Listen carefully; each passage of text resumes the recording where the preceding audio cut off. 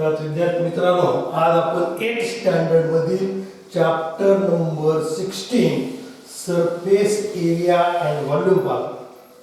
मागील लेक्चर मध्ये आपण 16.2 प्रॅक्टिस 16.2 मधला पहिला क्वेश्चन पाहिला आणि त्या पहिल्या क्वेश्चन मध्ये आपण काय काढले बघा, लक्ष द्या की curved surface area of cylinder आणि total surface area of cylinder हे काय केलं, यांच्या एरिया काढले, कर्व्ड सरफेस एरिया काढला, टोटल सरफेस एरिया काढला। मग त्याच्यासाठी काय माहित असणं गरजेचं आहे की रेडियस आणि हाईट माहित असणं गरजेचं आहे आणि त्याचा फॉर्म्युला दिला आहे कर्व्ड सरफेस एरिया 2πr आणि total surface area 2πr in bracket h plus r।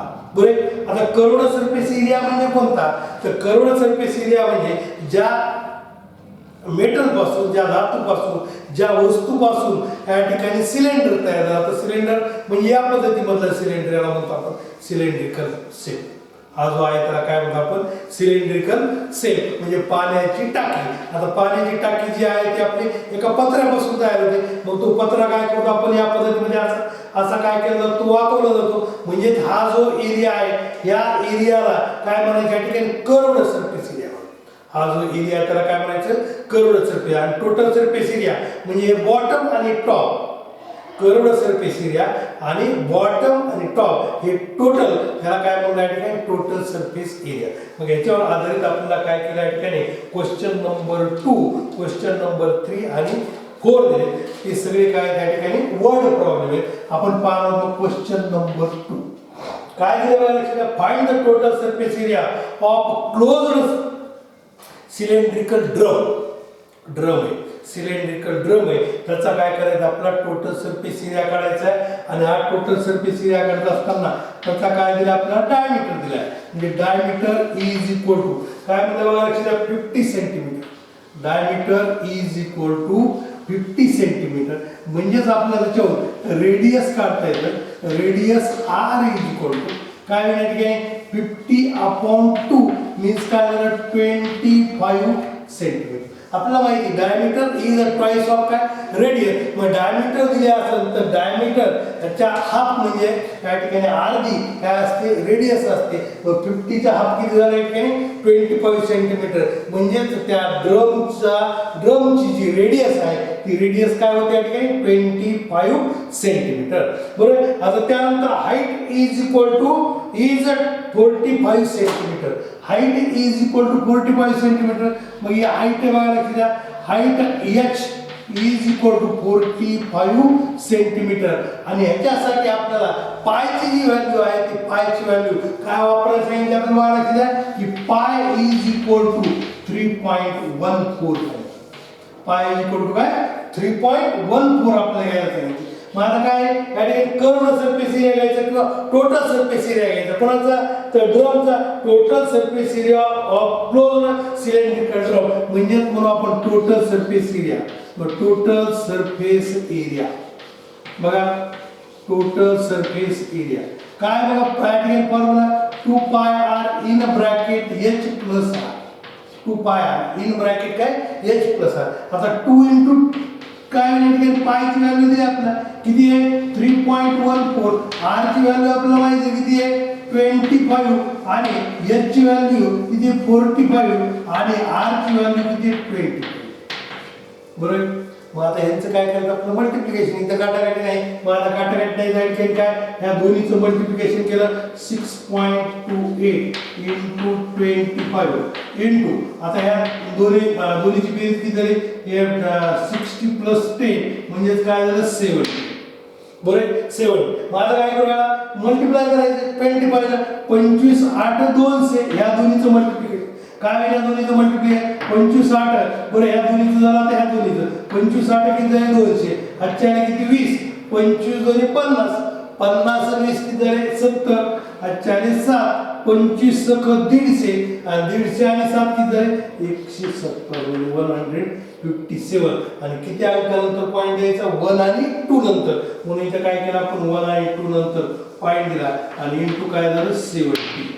बरोबर। म्हणजे आता कोणाचं मल्टिप्लिकेशन करायचं 157 इंटू 70 बरोबर आहे. म्हणजे 0 ला 0 साती साती 49 4 4 17 35 आणि 4 किती झाले 39 4 3 7 आणि 3 किती झाले 10. बरोबर आहे. या पद्धतीमध्ये 1000 किती होईल या ठिकाणी 99 1099.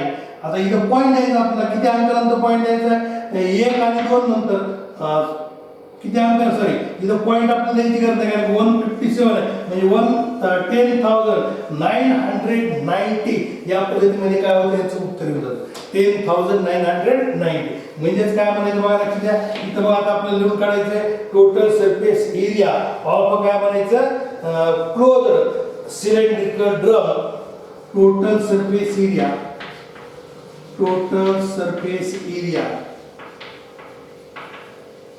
of closed cylindrical drum is equal to 10,990 त्याला काय म्हणायचं स्क्वेअर सेंटीमीटर. आलं लक्षात म्हणजे आपल्याला त्या ड्रमचा सिलेंड्रिकल ड्रमचा आपला टोटल सरफेस एरिया काढायचा आहे. हे काढत असताना आपल्याला रेडियस दिलेली नाही तर त्याच्याऐवजी काय दिलं आपल्याला डायमीटर दिले. मग डायमीटरवरून काय करायचं आपण रेडियस काढायची अर्ध केले की रेडियस मिळते. हाईट दिली आपल्याला आणि पायची व्हॅल्यू दिली आपल्याला पाय इक्वल टू 22/7 घ्यायचं नाही तर पायची व्हॅल्यू काय घ्यायची आपल्याला 3.14 फॉर्म्युला घ्यायचा. त्या फॉर्म्युल्यामध्ये किमती ठेवून द्या आणि किमती ठेवून काय करायचं आपलं या पद्धतीमध्ये आन्सर घ्यायचा. त्यानंतर बघा लक्ष द्या आता पुढचं एक्झाम्पल आपलं 3rd नंबर काय दिलं बघा लक्ष द्या find the area of base and radius of a cylinder. बघा दोन्ही सापडायचं आपल्याला काय की एरिया बेस चा एरिया घ्यायचा आहे आणि त्याची रेडियस सुद्धा घ्यायची आपल्याला.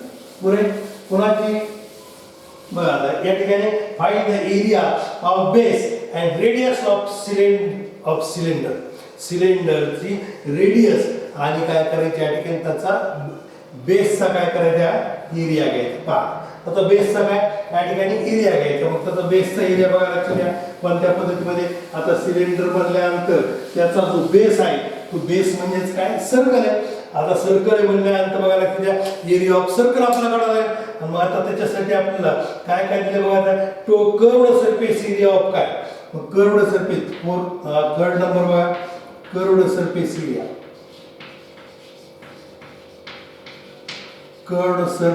एरिया is equal to काय दिलं बघा 660 स्क्वेअर सेंटीमीटर 660 स्क्वेअर सेंटीमीटर आणि आपल्याला काय दिले हाईट दिली हाईट किती 21 centimetre height is equal to 21 centimetre. मग आता काय करू आपण कर्व्ड सरफेस एरिया घ्यायचा त्या कर्व्ड सरफेस एरियावर आधी पहिल्यांदा काय करायचं रेडियस काढायचं आणि रेडियस काढल्यानंतर एरिया ऑफ काय करायचं बेस काढायचं. मग आता बघा लक्षात घ्या कर्व्ड सरफेस एरिया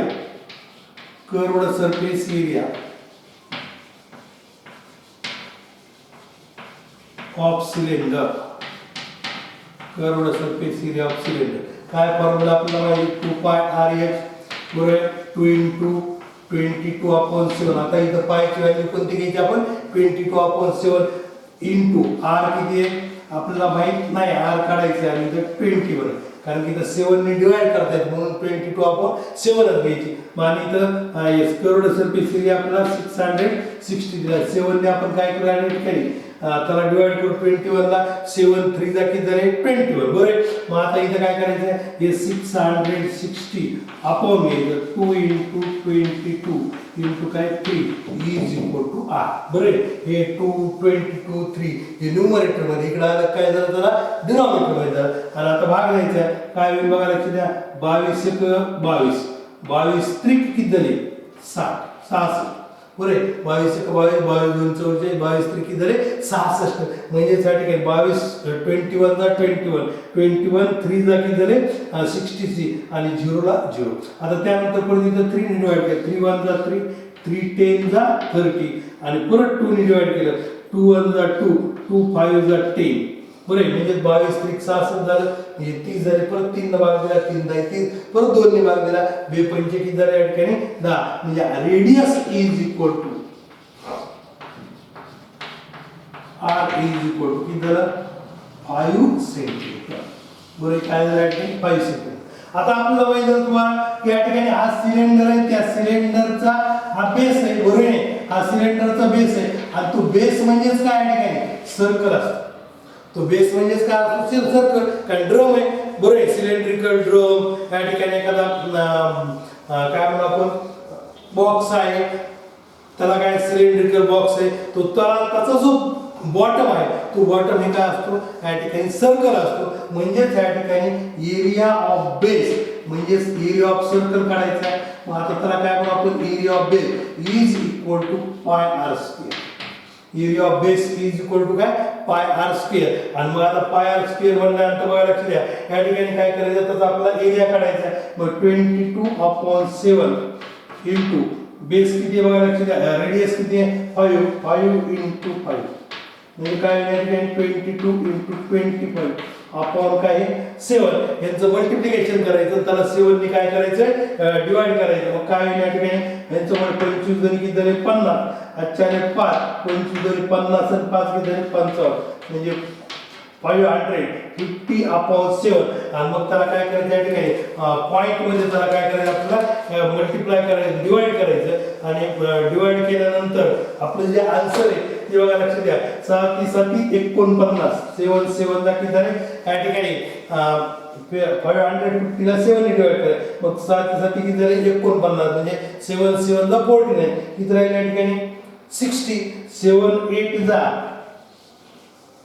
किती झाले 7 8 जा 56. 4 रिमेनिंग म्हणल्यानंतर परत काय 40 झाले.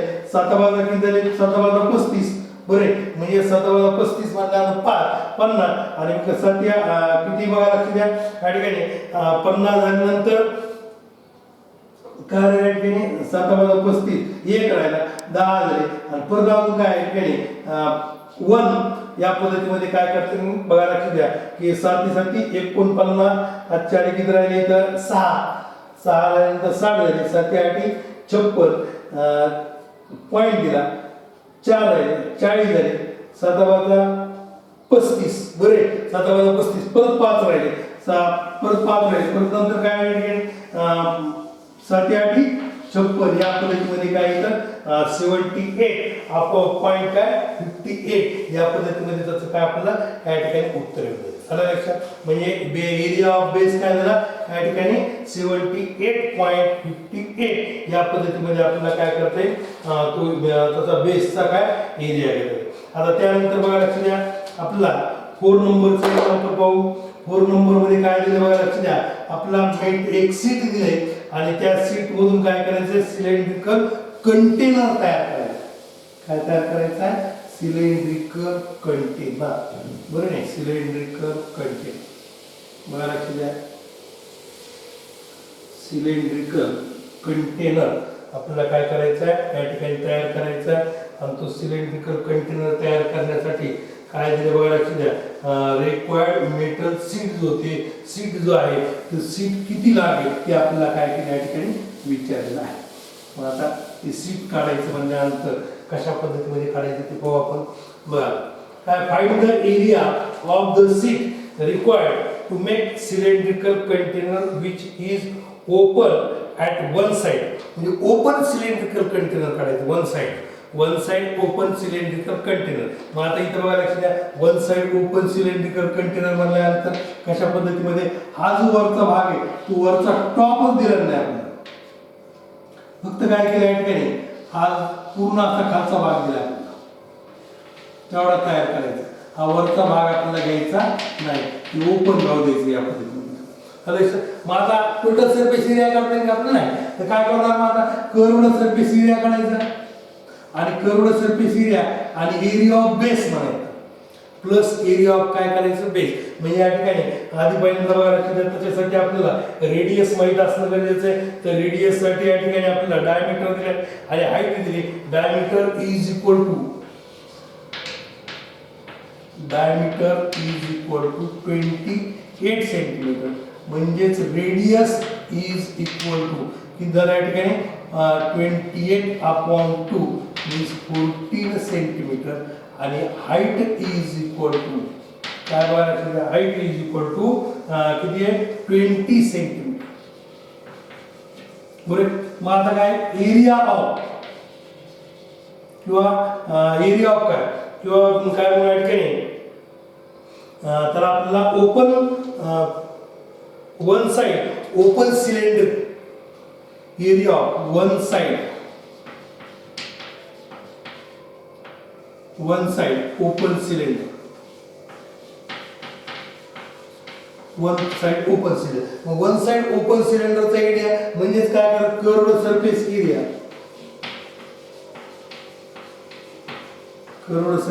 एरिया प्लस एरिया ऑफ काय बेस. हा कर्व्ड सरफेस एरिया घ्यायचा, हा जो एरिया आहे तो कर्व्ड सरफेस एरिया घ्यायचा आणि हा जो बेस आहे त्याचा एरिया घ्यायचा. मग आता कर्व्ड सरफेस एरिया आपल्याला माहिती किती आहे 2 पाय आर एच आणि प्लस एरिया ऑफ बेस आता आपण जसं पाहिलं पाय आर स्क्वेअर. बरोबर, पाय आर स्क्वेअर याच्यामध्ये काय करते बघा लक्षात द्या 2 पाय आर एच आणि पाय आर स्क्वेअर. मग आता याच्यामध्ये आपल्याला त्यांची व्हॅल्यू ठेवून द्या किंवा पायची व्हॅल्यू कॉमन घेऊन टाकायची 2 आर एच प्लस काय आर स्क्वेअर. म्हणजेच बघा लक्षात द्या पायची व्हॅल्यू किती 22/7 इथं 2 इंटू आर ची व्हॅल्यू किती बघा लक्षात द्या 14 इंटू एच ची value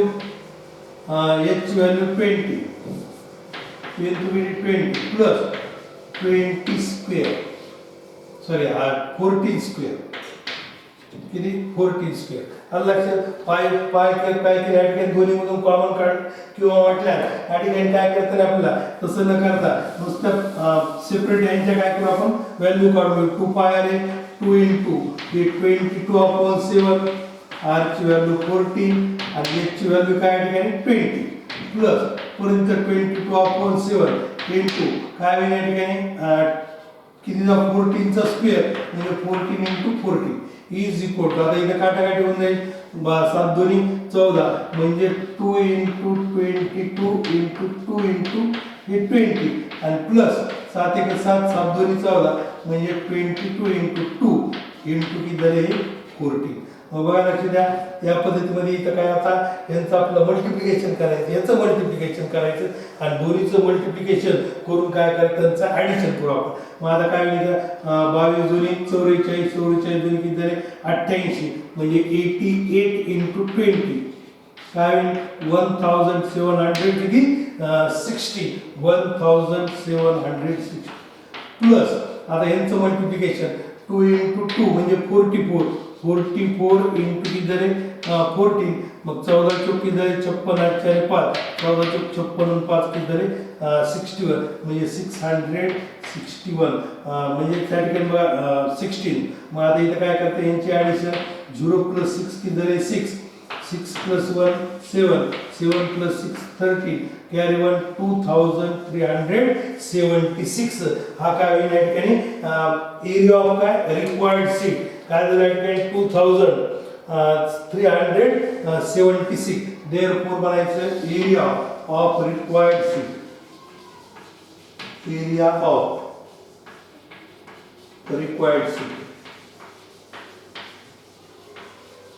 is equal to 2376 square centimetre.